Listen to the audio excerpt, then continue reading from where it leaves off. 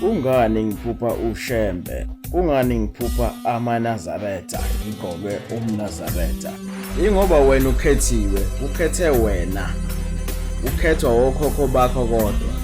Baluncenga unyazi ukuthi lufike kuwe ukuze wena ungafani nabo labe khona noma ukhiphe bona laba khona. Okhokho bakho.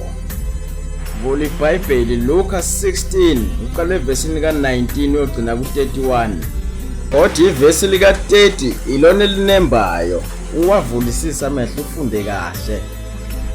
Ufundisise kahle le ndoda eyisicebi ukuthi icelani yini eyicelayo.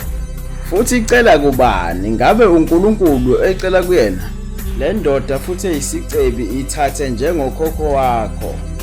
Yileso simo obhekane naso esenza ukuthi uphuphe uShembe noma uphuphe ugogo wakho noma uphuphe izihlobo zakho noma uziphuphe wena uyiNazaretha.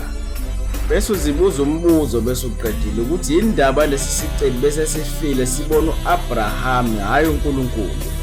Ngakho wena ukhethiwe wokhokho bakho. Dlula uye encwadini kaRoma 11 verse 28. Lizokuchazela iBhayibheli ukuthi wena ukhethiwe ngenxa yokhokho bakho.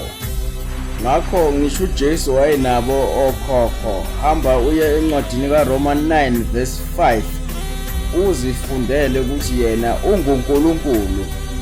Ngakho phindele emuva kulesa sicebi why sesifile lesa sicebi bese sibona uAbraham hayi uNkulunkulu. Ngakho uShembe ukhona la emhlabeni nangale kwelizayo uzomufica.